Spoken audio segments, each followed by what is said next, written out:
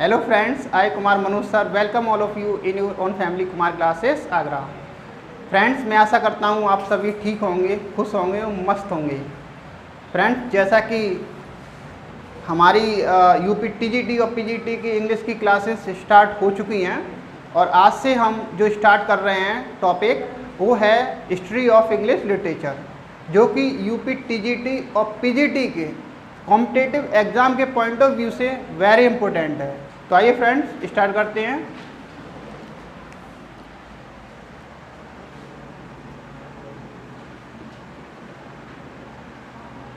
History of English literature.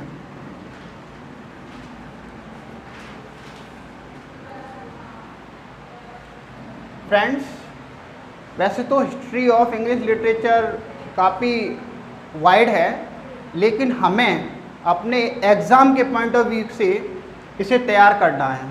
जो जो हमारे एग्ज़ाम के लिए इम्पोर्टेंट है हम उसी पर ज़्यादा बात करेंगे और फ्रेंड्स उसे लर्न करना है, समझना है। ओके फ्रेंड्स, तो इसका जो शुरुआत माना जाता है, पहले हम इसको ले लेते हैं अप टू 450। इसको हम डार्क एज कहते हैं। क्या कहते हैं? डार्क एज या डार्क पीरियड। अब इसे डार्क एज या डार्क पीरियड क्यों कहते हैं? कि इसमें कोई खास काम नहीं हुआ। इसके बाद 450 से 1066 आता है, जिसे हम ओल्ड इंग्लिश पीरियड के नाम से जानते हैं। और इसको फ्रेंड्स हम एंग्लो सेक्शन पीरियड के नाम से भी जानते हैं। तो यहाँ से इम्पोर्टेंट पीरियड स्टार्ट होता है। फ्रेंड्स अब ये एंग्लो क्या है? एंग्लो का मीन्स होता है इंग्लिश। एंग्लो का मीन्स इंग्लिश। और ये सेक्शन क्या है?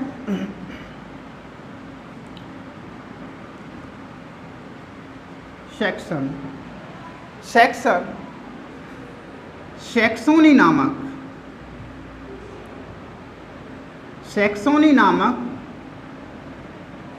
प्लेस में रहने वाले लोगों को सेक्शन कहा जाता है। तो ये सेक्शंस क्या हो गए? ये पीपल हो गए जो कि सैक्सोनी नामक प्लेस पर रहते थे। और ये सैक्सोनी प्लेस कहाँ पर था? In Germany.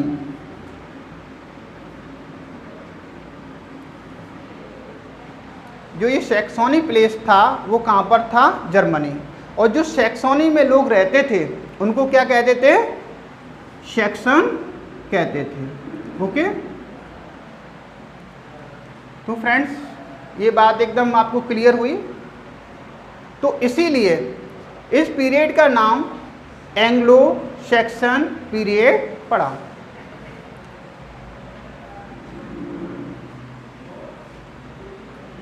इस एज के प्रोमिनेंट ऑथर्स देखते हैं। प्रोमिनेंट फिगर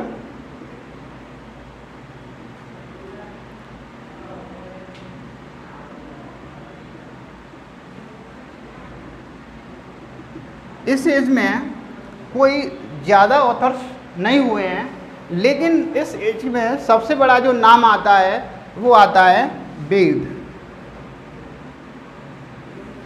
किसका आता है? बेड। इसकी एक बहुत ही फेमस रचना है या यूँ कहें वर्क है, वो है ecclesiastical history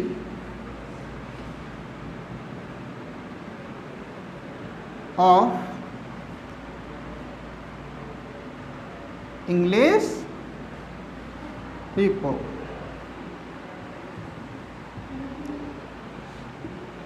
यह एक वर्क है, और जो किसका वर्क है? बेड का। किसका है? बेड का। ओके। दूसरे इसमें आते हैं किंग अल्फ्रेड। इस टाइम के जो सेकंड फेमस ऑथर थे वो थे किंग अल्फ्रेड। और फ्रेंड्स, इस पीरियड का एक बहुत ही इम्पोर्टेंट वर्क था, उसे ज़रूर देखना है, लर्न करना है, वो है बीओवल्फ। बीओवल्फ,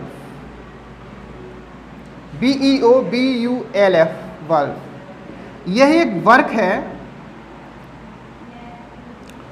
ये क्या है? यह है फर्स्ट इंग्लिश एपिक। ये पहली इंग्लिश एपिक है, या फिर हम इसे ये कह सकते हैं द ओल्डेस्ट इंग्लिश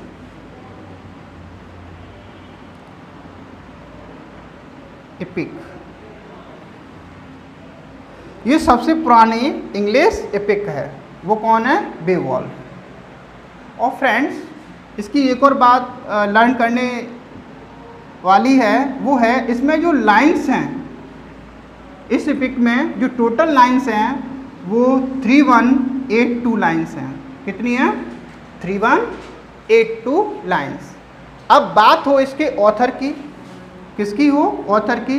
तो इसके ऑथर के बारे में कोई जानकारी इसमें नहीं दी गई है। इसके ऑथर जो हुए एनोनिमस।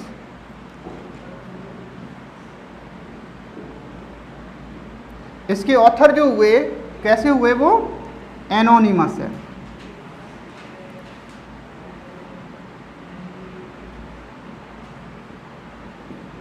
ओके फ्रेंड्स, समझ में आया?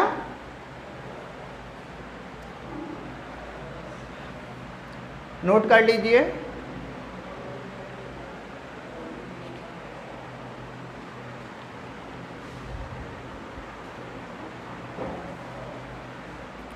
फ्रेंड्स, इसकी स्पेलिंग थोड़ा सही कर लीजिए।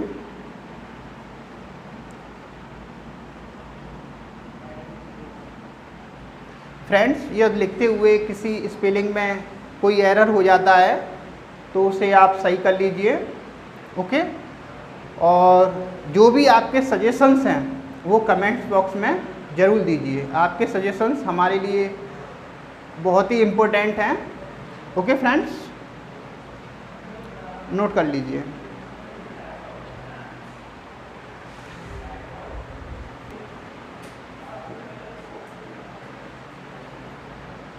यस फ्रेंड्स, अभी हमने ओल्ड इंग्लिश पीरियड देखा, उसके बारे में जानकारी की, और उसका जो सेकंड नाम है वो है एंग्लो सैक्सन पीरियड। अब एंग्लो सैक्सन पीरियड क्यों पड़ा वो हमने बता दिया कि जो ओल्ड सैक्सोनी नामक प्लेस था उसमें जो लोग रहते थे उनको सैक्सन पीरियड, उनको सैक्सन कहा जाता है। क्या कहा जाता है? उनको सैक्सन कहा जाता है। और ये सैक्सोनी प्लेस कहाँ पर था? जर्मनी में। कहाँ पर था? जर्मनी में। इसके प्रोमिनेंट फिगर या ऑथर्स के बारे में हमने बात की। वो कौन कौन थे? एक बीट थे और दूसरे किंग अल्फ्रेड। और इस जो पीरियड की जो फेमस वर्क है वो क्या है? बीओवल्फ। क्या है? बीओवल्फ। इसको इंग्लिश का फर्स्ट एपिक कहा जाता है, या ये कहें oldest epic. Okay, oldest epic of this period. और ये एपिक है वो इंग्लिश की है। किसकी है? इंग्लिश की। अब फ्रेंड्स, आगे का पीरियड देखते हैं, उसको क्या कहें? देखें, ये है middle English period, middle English period. और इसको फ्रेंड्स एंग्लो नॉर्मन पीरियड के नाम से भी जाना जाता है। और इसका जो टाइम पीरियड है वो देखते हैं कब से कब तक है। वो है 1066 से लेके 1500। ओके, यहाँ से यहाँ तक। इस समय को हम मिडिल इंग्लिश पीरियड के नाम से जानते हैं।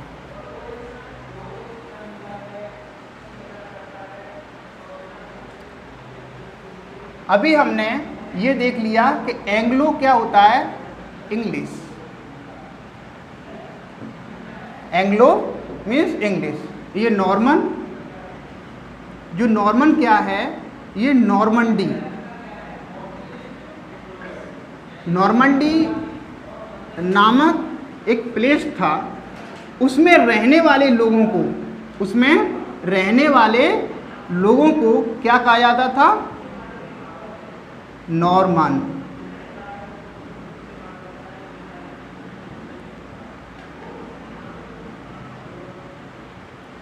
नॉर्मंडी नामक स्थान पर रहने वाले लोगों को क्या कहा जाता था, नॉर्मन।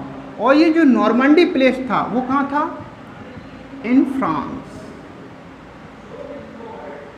ये नॉर्मंडी नामक प्लेस फ्रांस में था फ्रेंड्स। कहाँ पर था, फ्रांस में।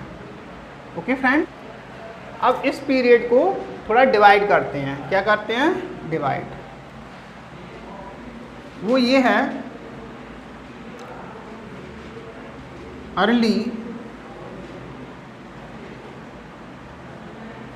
Middle English period, early middle English period.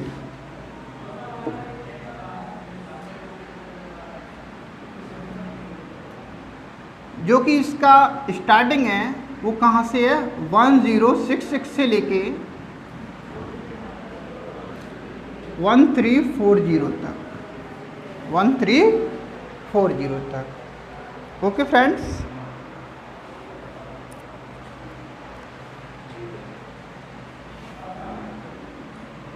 (1066) को नॉर्मन कन्क्वेस्ट,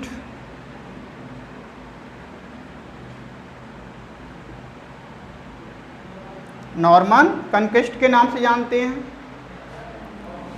या द कन्क्वेस्ट भी कह सकते हैं।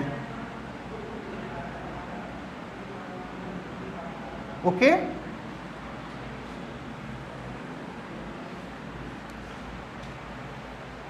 फ्रेंड्स क्या होता है कि विलियम, जो कि ड्यूक ऑफ नॉर्मन था, नॉर्मंडी, ड्यूक ऑफ नॉर्मंडी था, इसने नॉर्मन्स को और बेटेंस को, किसको, बेटेंस को साथ लेकर, नॉर्मन्स को और बेटेंस को साथ लेकर अटैक, इंग्लैंड पर अटैक किया।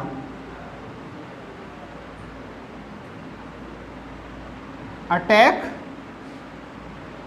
Eight England.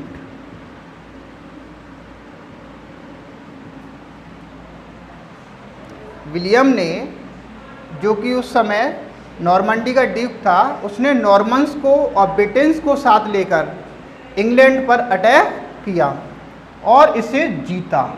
क्या किया, जीता। और विलियम इंग्लैंड की गद्दी पर बैठा। इस घटना को ही नॉर्मन पीरियड कहा जाता है। इसीलिए इस घटना से नॉर्मन पीरियड स्टार्ट हो जाता है। ओके फ्रेंड्स, नोट कर लीजिए। और फ्रेंड्स, इस घटना को दूसरा नाम से भी जानते हैं, war of Hastings. War of Hastings. जो ये लड़ाई हुई थी जिसमें विलियम ने इंग्लैंड पर अटैक किया नॉर्मन्स और ब्रिटेन्स को साथ लेकर, इस घटना को वार ऑफ हेस्टिंग्स के नाम से भी जानते हैं। ओके फ्रेंड्स, नोट कर लीजिए।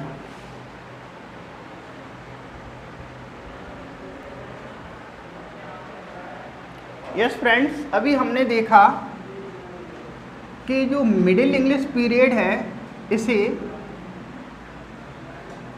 अर्ली मिडिल इंग्लिश पीरियड में डिवाइड किया। First part early middle English period. और फ्रेंड्स, इस पीरियड को हम एंग्लो नॉर्मन पीरियड के नाम से भी जानते हैं। हमने अभी देखा था कि 1066 में विलियम ने ब्रिटेन्स और नॉर्मन्स को साथ लेकर इंग्लैंड पर अटैक किया और इंग्लैंड को जीता, और इस इंसिडेंट को वार ऑफ हेस्टिंग्स के नाम से जाना जाता है। और यह जो पीरियड रहा वो रहा 1066 से 1340 तक। ओके फ्रेंड्स, अब इस पीरियड में जो दूसरी एज आती है वो है age of Chaucer. Age of Chaucer. अब एज ऑफ चौसर कब से कब तक रहा? ये रहा 1340 से 1400 तक। फ्रेंड्स, जो ये डेट है वो एकदम सटीक नहीं है, थोड़ा आगे पीछे हो सकता है। ओके, कहीं पर भी 1342 लिखा हो सकता है, 1 लिखा हो सकता है, 3 लिखा हो सकता है, लेकिन फ्रेंड सबसे ज़्यादा यही डेट चलता है, ये सन चलता है। ओके, तो इस एज के जो मेन ऑथर थे वो कौन थे? चौसर। कौन थे? चौसर, जिनका पूरा नाम है जेफरी चौसर। ये इतने बड़े फिगर थे कि इनको कई नामों से जाना गया, जैसे द हेड ऑफ फिश। इनको इस एज का हेड भी कहा गया। या और देखते हैं, the grandfather of English novels. इन्हें इंग्लिश नोवेल्स का ग्रैंडफादर भी कहा जाता है। The father of English poetry.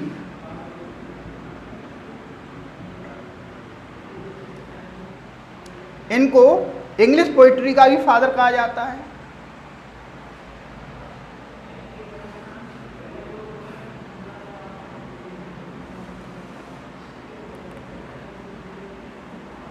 इनको मॉर्निंग स्टार ऑफ रेनेसा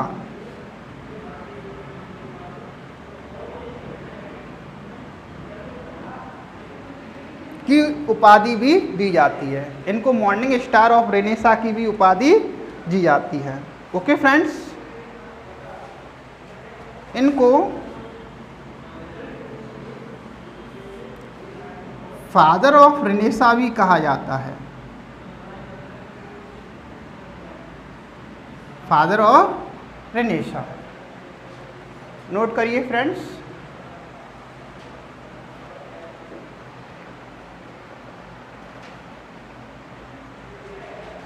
अच्छा फ्रेंड्स, अगर बात चल रही है तो चाइल्ड ऑफ रेनेसा की भी बात हो जाए।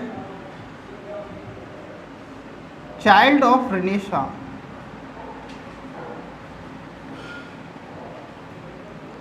चाइल्ड ऑफ रेनेसा स्पेंसर को कहा जाता है। किसको कहा जाता है? Spencer.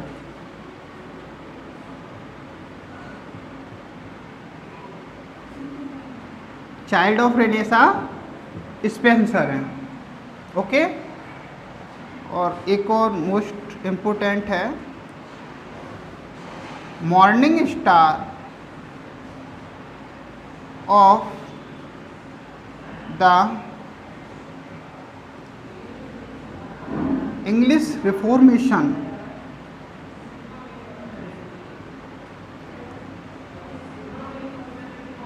The morning star of English reformation किसे कहा जाता है? वो कहा जाता है वाइक्लिफ। किसको? वाइक्लिफ को। ओके फ्रेंड्स, जो इधर वाली उपाधियां हैं वो चौसर के लिए हैं, चौसर के लिए दी जाती हैं, और इधर ये स्पेंसर के लिए है चाइल्ड ऑफ रेनेसा, और वाइक्लिफ के लिए क्या है? Morning star of the English reformation. Note कर लीजिए फ्रेंड्स। फ्रेंड्स, चौसर से रिलेटेड कुछ इम्पोर्टेंट फैक्ट्स देखते हैं। इन्होंने फर्स्ट टाइम हीरोइक कॉपलेट, हीरोइक कॉपलेट का इन्होंने फर्स्ट टाइम अपने वर्क्स में यूज़ किया। The legend of good women, इनका ये एक फेमस वर्क है। और दूसरा द कैंटरबरी टेल्स, ये भी इनका फेमस वर्क है। ये कैंटरबरी टेल्स को मैग्नम ओपस कहा जाता है। द कैंटरबरी टेल्स को मैग्नम ओपस कहा जाता है। ये इनका बहुत ही फेमस वर्क है। फ्रेंड्स, इसमें स्टोरीज़ हैं, क्या हैं? स्टोरीज़ हैं, और इसमें पिलग्रिम्स के बारे में बात होती है। जो पिलग्रिम्स होते हैं वह स्टोरीज सुनाते हैं अपने जर्नी के दौरान। तो इसमें जो टोटल पिलग्रिम्स हैं वो देखते हैं कितने हैं। 29 तो पिलग्रिम्स हैं, और 1 इसमें होस्ट है। क्या है? 1 होस्ट, और एक नैरेटर। कौन है? नैरेटर। ये 29 पिलग्रिम्स, और ये 1 होस्ट, एक इसमें होस्ट है और एक इसमें नैरेटर है। क्या है? नैरेटर। तो फ्रेंड्स, ये टोटल इसमें कितने कैरेक्टर्स हुए? 31।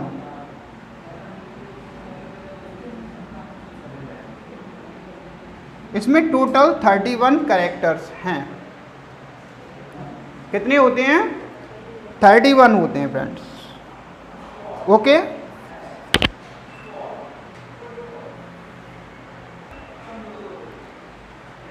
ओके फ्रेंड्स, इस जो एज के जो प्रोमिनेंट ऑथर हैं वो कौन कौन है? एक लैंगलैंड है और एक वाइक्लिफ है। वाइक्लिफ ने बाइबल लिखा है। क्या लिखा है? बाइबल।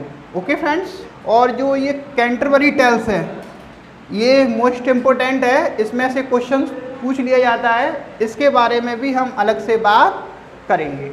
ओके फ्रेंड्स, नोट कर लीजिए।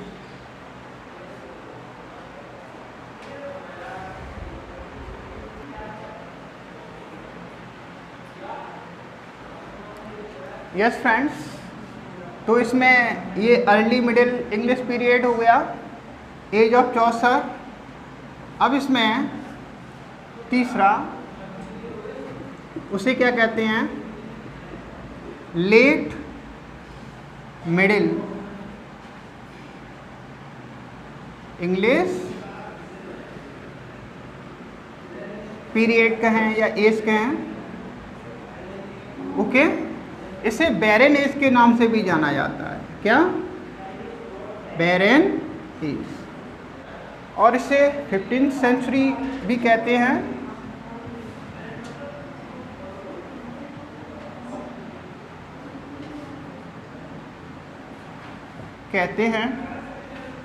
और इसका जो टाइम पीरियड रहा वो कब से कब तक, 1400 से 1500 तक।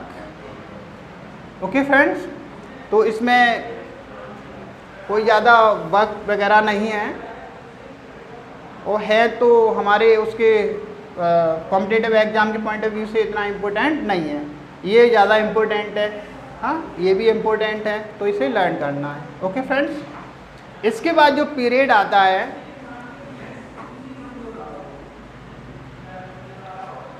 वह आता है the renaissance.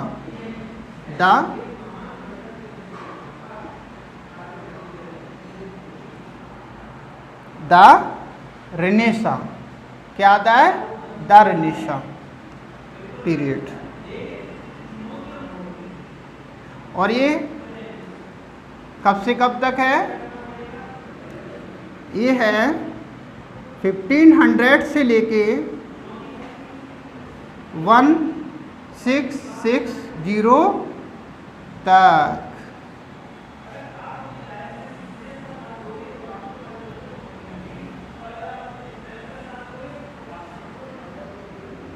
Okay friends,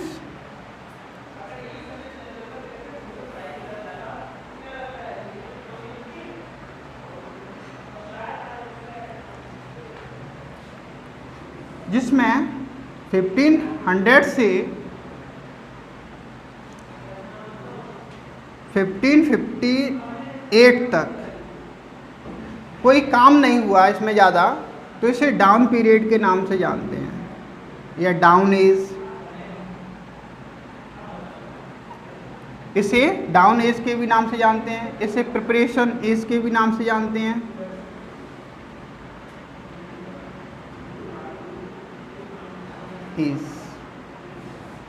okay friends, अब यहाँ से जो इम्पोर्टेंट है, ये तो इतना ज़्यादा इम्पोर्टेंट नहीं है, यहाँ से वो है 1558 से 1603।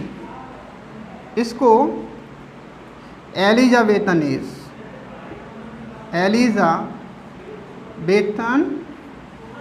एज के नाम से जानते हैं।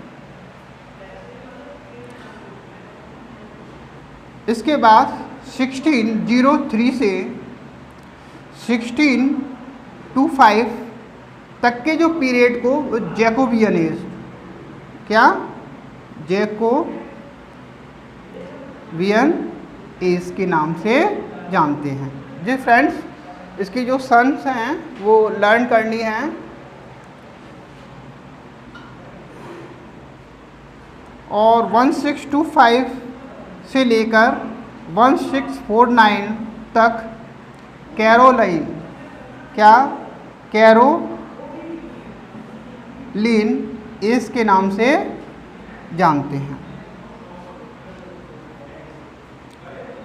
और फ्रेंड्स 1649 से 1660 तक के पीरियड को कॉमनवेल्थ, क्या?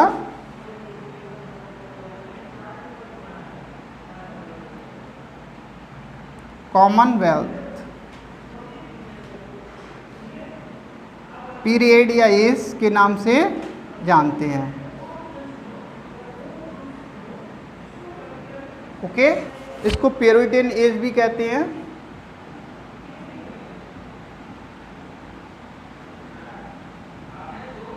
इसे प्यूरिटन एज भी कहते हैं। ओके फ्रेंड्स,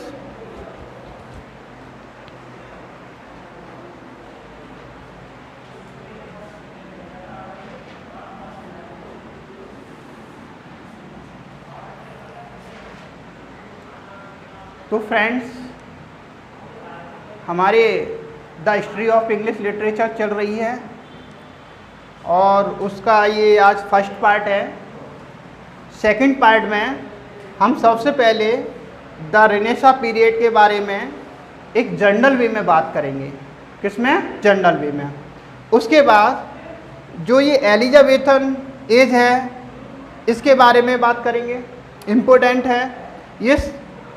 और ये जैकोबियन एज, ये भी इम्पोर्टेंट है, इसके बारे में हम बात करेंगे। ओके, फिर कैरोलिन एज के बारे में, कॉमनवेल्थ एज या पीरियड के बारे में, इसके बारे में भी बात करेंगे। फ्रेंड्स आज के लिए बस इतना ही काफ़ी है। Thank you.